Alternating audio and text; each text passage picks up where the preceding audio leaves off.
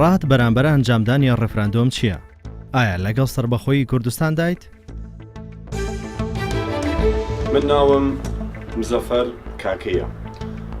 پێویستە ئێمە لە 25 بڕین بۆ دەنگدانی سەر سندوقەکانی دەنگدان لەبەر خاتری دایکی شەهیدان، لەبەر خاتری ئەو پێشمەرگانە قارەمانەکان کەوا لەسەر محورن مدافعاکەن لەسەر ئێمە، لەسەر ناموسمان، کەرامەتمان، شەرەفمان.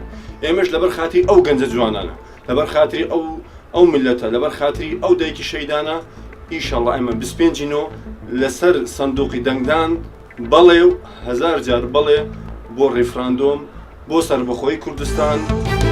و ئەوە مافەکە شمافێتمە نەکو چه حەزبەکە و ئەم حەست بکەین هەر کەسێک کورد بیت خو بناسیت کو کوردە، خو دانێت کو کوردە، ئەم حەست بکەین کو بچیت دەنگێ خو 25 نە بیر نەکەت ڕۆژێکە پیرۆزە.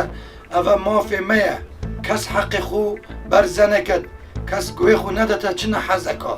ئەوە حەقێکی مەیە پیرۆزە.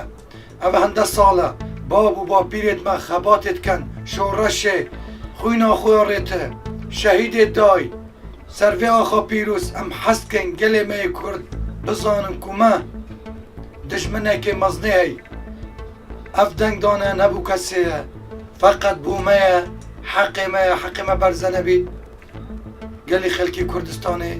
ئەوە حەقی مەیە و کەس حەقی من نەخوت.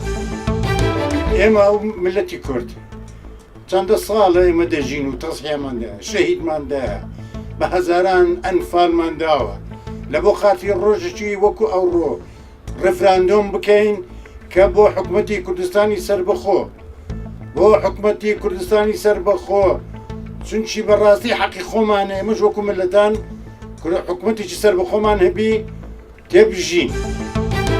سڵاو، من ناوم ڕۆزە کەریم عەزیزە، خەڵکی سلێمانیم، دانیشتووی هەولێرم. بەڵێ بۆ ڕێفراندۆم